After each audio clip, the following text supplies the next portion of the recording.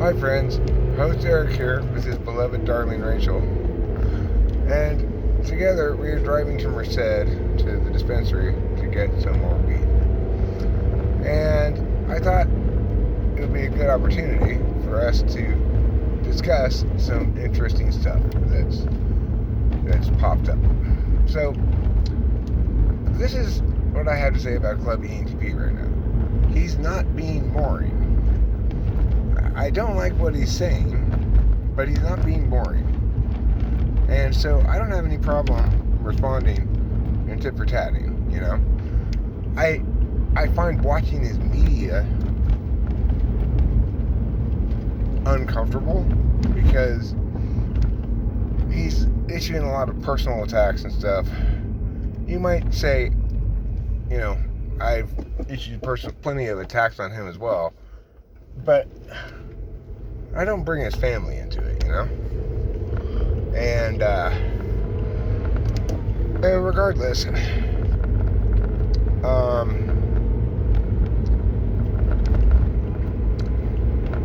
he's interesting in that he's so persistent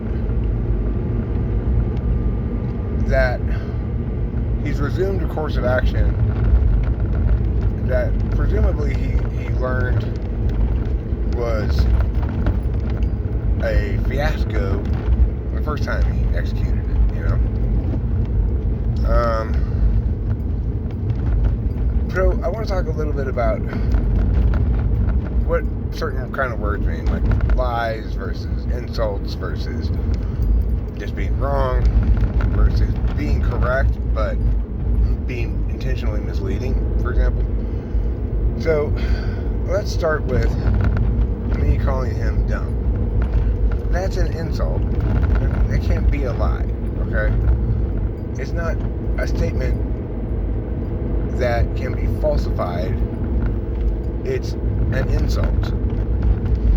And the way I meant it when I used it was he's dumb trying to start this up again after I whipped his butt so thoroughly last time, right? So in other words, I meant the word to mean he is making ill-advised decisions that show a failure to learn from previous experience. So, even if I'm wrong about that, I'm still not lying. It's still my opinion that he's dumb. Now, it's also my opinion that I'm dumb. I'm incredibly dumb. So, for example, Rachel and I thought most of the fixtures in the house were broken. It turns out only one was, as was indicated in the home report. The reason I couldn't get it to work is because I wasn't using the remote control in conjunction with the light switches and the pull chains correctly. So, you know, it's like when he cited that all the fixtures were broken, it's very plausible that that was the most current information at the time. And therefore, he was not lying. He and I were both wrong about that when he noted that the pictures were broken at the house. Neither of us were lying, right? Now, let's look at we might call it completely specious claims that still aren't exactly lies. So, for example, he made some sorts of claims about why Rachel cut her hair so short. Can you remember exactly what those claims were? He said that basically that your character was driving me to shave my head. To act out. To act out. Yeah, exactly. That I was like unstable, basically. Okay, so that's wrong, and he knows he has no way of knowing if it's correct. He's making a claim that's purely speculative, right? Because it's not based on anything I said. So his response to me calling him dumb was responsive at least to something that I actually said. His intuition regarding why Rachel shaved her head was completely wrong, and he had no reason to think he could possibly be correct about it because he didn't have access to any of the subjective data that would be necessary to make a conclusion about that. I didn't know why Rachel shaved her head at all. No. She explained that basically she was trying to give herself a haircut and screwed up, and so once you get it down to like the nubs there on one spot, you pretty much got to go the whole thing, or you go like 80s style, half of it shaved with a flop over thing. Oh my god, it was the worst. Like I messed up like right over here too. Like there was like no going back. There was no going back. And the other thing is I don't care about Rachel's hair. I actually liked it a lot when she shaved her head, because all of a sudden there were no more hairs in the bathtub. Yeah, that is a nice thing. Yeah, I don't care about stuff like that. It's possible to make me care about looks. If Rachel said, I'm getting a big face tattoo tomorrow, I would definitely object, you know. But, so there's that kind of thing. Was he lying in that instance when he said that? Well, he was making a claim that he had absolutely no reason to believe is true, besides his own intuitive leap, and he didn't even clarify what pieces of information he made that intuitive leap from, just the fact that Rachel shaved her head. So it's still not really a lie, though. He was just wrong in his interpretation of what happened. Right. But he wasn't sort of accidentally wrong. He's engaged in what can only be called spiteful discourse. It's correct to say that he's defaming me. Now, I'm not that fussy, right? I'm not saying I'm going to take some sort of legal action or any bullshit like that. But yeah, he meets the legal standard for defamation. Because while that thing he said wasn't a lie, it was just a totally wrong intuitive leap. When you're making negative claims about people, you have to be able to substantiate them, or it's defamation. So, then let's talk about him being technically correct, but intentionally misleading, probably. So, he also mentioned that Delilah bought the house for me, because I wanted her to, which is true. But what he didn't mention, what he's trying to convey there, is that I'm living at the benevolent bequeath of my daughter and spending all of her money. But if he watches that much of my media to know that at one point that was apparently the case, and I was very upset about it, if he watches that much of my media, he could probably know as well that once I actually heard the dispensation from the trust read aloud in the lawyer's office, I realized that I was flipping out for nothing. It ordered Delilah to give me the Arcadia house and most of the money, and she give her $250,000. So I chose to not do it that way. I chose to leave my daughter as the trustee of the Strauss Family Trust, and to be the legal owner of the home, and the reason is because I was empowered by that dispensation for it to be my choice, and it was important that it be my choice, right, to me. If it hadn't worked out that way, then that attack would sting me, you know, and I would feel shitty, and I'd be like, well, that's what happens when you're transparent about it.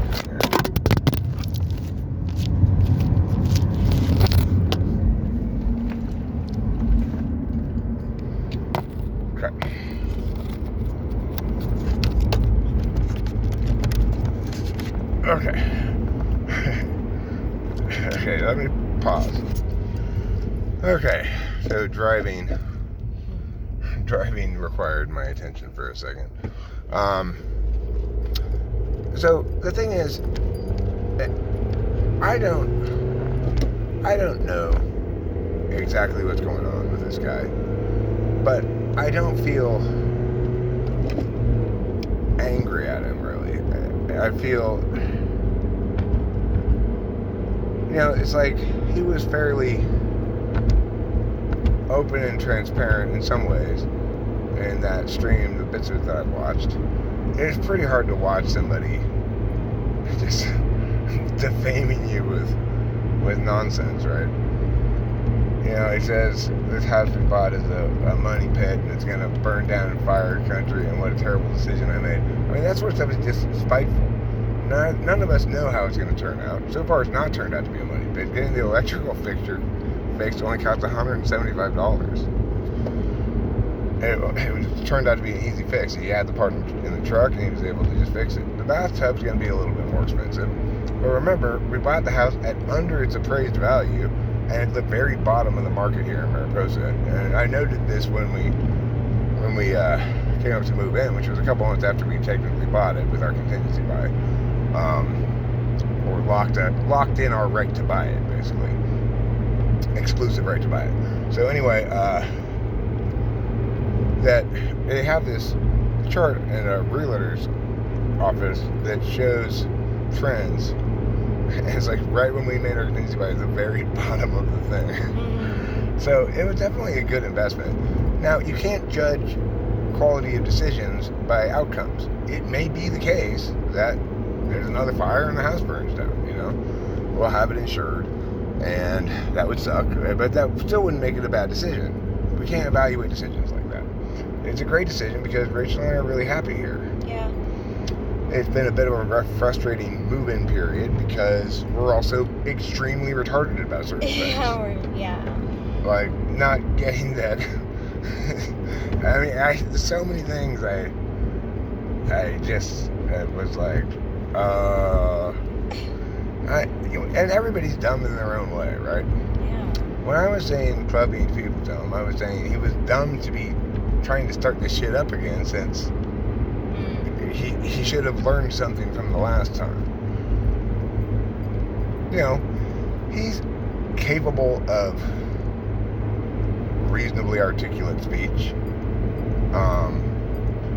and he's clearly very much a fan of my media, because he's citing stuff from long stretches of time, suggested that he's watched quite a bit of it.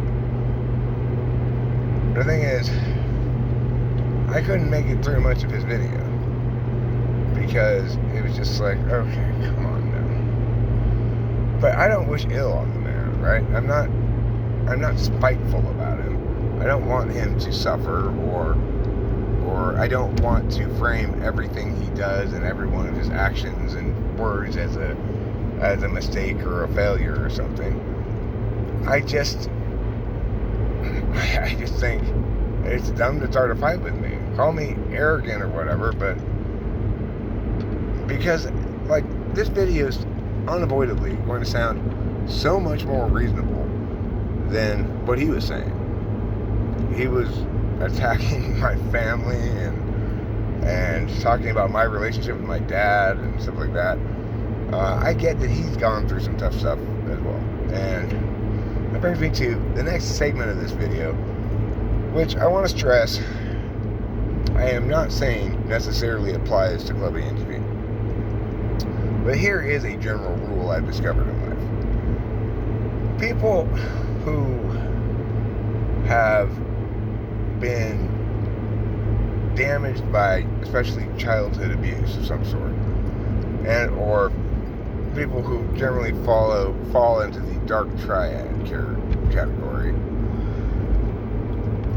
like everybody else, they project their own frame of reference onto the world. So one thing I've noticed when dealing with multiple such individuals over the course of the last 10, 20 years or whatever, is that they want to rewrite your stories such that your relationships are toxic as well. Kimberly did it with my parents. She wanted to rewrite my personal history so that my dad was a controlling monster who abused my mom. In fact, the only person my dad was not controlling with was my mom. My mom just had to stamp her feet and say no, no, no, no, no, and my dad would go, okay, okay. They had a really good, equitable relationship. My mom was a feminist, my dad's a feminist, you know, surprisingly, because it was so old school, you know. Yeah. But It's pretty modern that way. Yeah. He was a great guy, a really smart guy. Really. And I said some horrible things about him in the aftermath of him killing himself. And I regret that. But I don't it's like, I don't think I could have done any better. It's not my forte, right? Managing intense emotions along multiple vectors and staying sane. The thing that saves me is when I am irrational like that, it's always expressed in words, irrational words, not in action. So it's like, I said at some point during that process, when I thought I had been disinherited inaccurately, because of course I didn't read any of the fucking trust. So what am I for not reading the trust? Dumb. Incredibly dumb, right? So the thing is,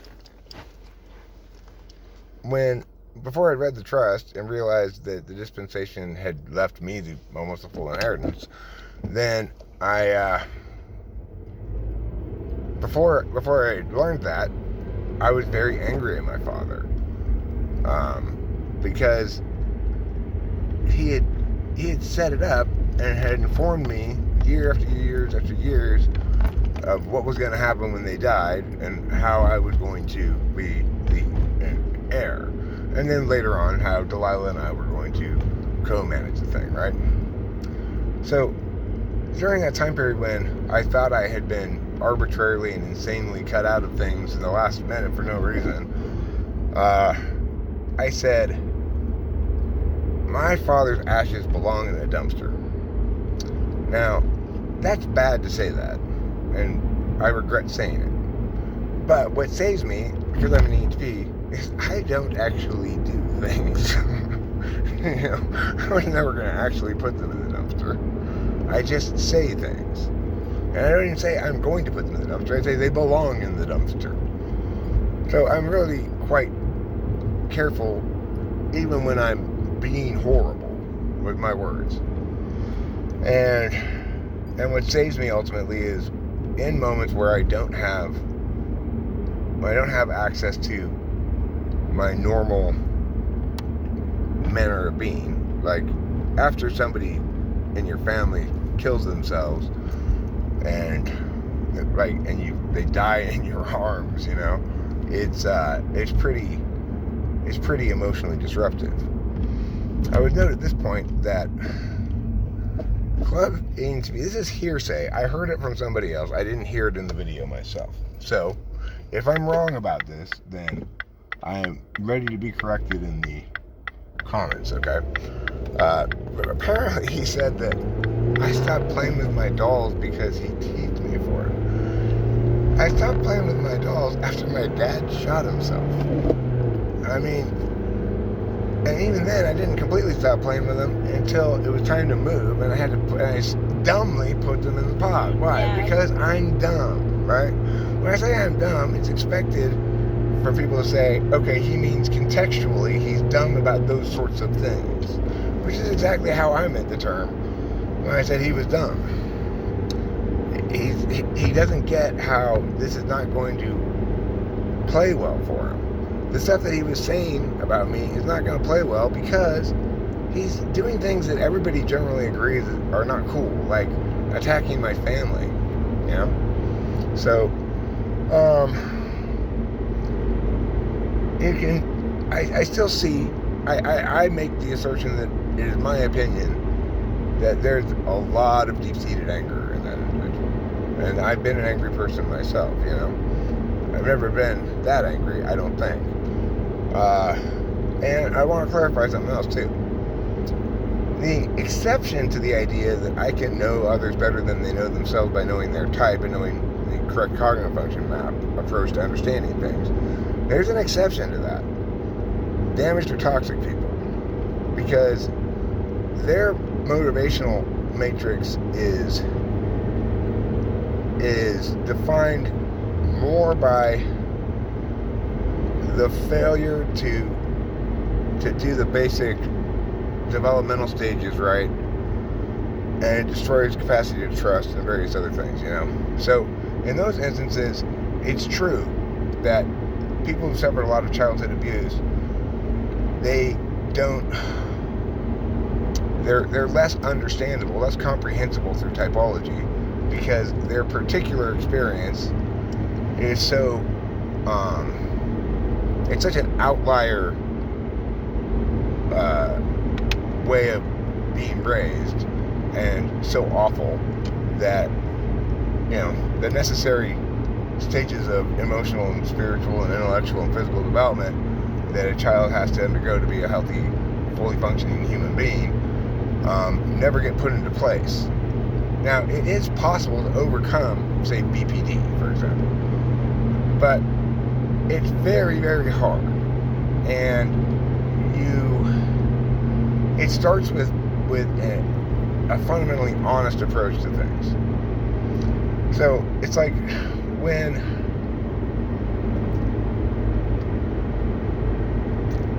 he's talking about me and Rachel and Delilah and stuff on his channel, even if he's not lying, and I can think of plenty of instances where he didn't say lies about me, he's being dishonest. He's pretending as though he's presenting a disinterested assessment of me, when really he's just presenting a series of personal attacks in a hope to provoke a response, but more importantly, to take me down a notch. Now, those kind of holistic claims aren't things that I can prove, right? I can't establish without any doubt that his motivation is that specifically. But it's the most reasonable conclusion to draw, and I think most people with any intuition will draw the same conclusion I have. So, ENTP Club,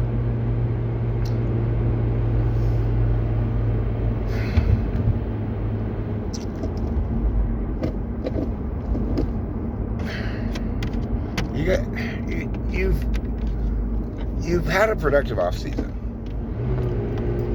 You're more polished now than you were. You come across as more authentic, but it's still not playing how you think it's going to play. People don't hear your unwarranted attacks on me and think ill of me. People who already hate me may want to listen to that media, but you're not convincing anybody, changing any hearts or minds, because, except about you, right? People are going to think you're kind of an awful guy for doing this stuff. You may find that there's a sizable community of people who just absolutely despise me. I made a video recently, you probably watched it, explaining why this is a challenge for me, because I'm committed to the truth, and to some extent one has to sacrifice care for the other's feelings if one's going to be as committed to the truth as I am. So I've not always been fair to you, and I've made claims I can't justify about you before. It's things like, you're an angry person, right? That's my opinion. I believe it to be correct, but I cannot establish that. I can't substantiate it adequately to claim that it's factually so. So, I've been a little sloppy here and there with my discourse, but I haven't done to you what you do to me, right? I haven't tried to attack you on irrelevant shit with misrepresentations and a fundamentally dishonest or deceptive approach towards defaming me. And I think you should stop. Not for my sake, but for yours. It's not a good look.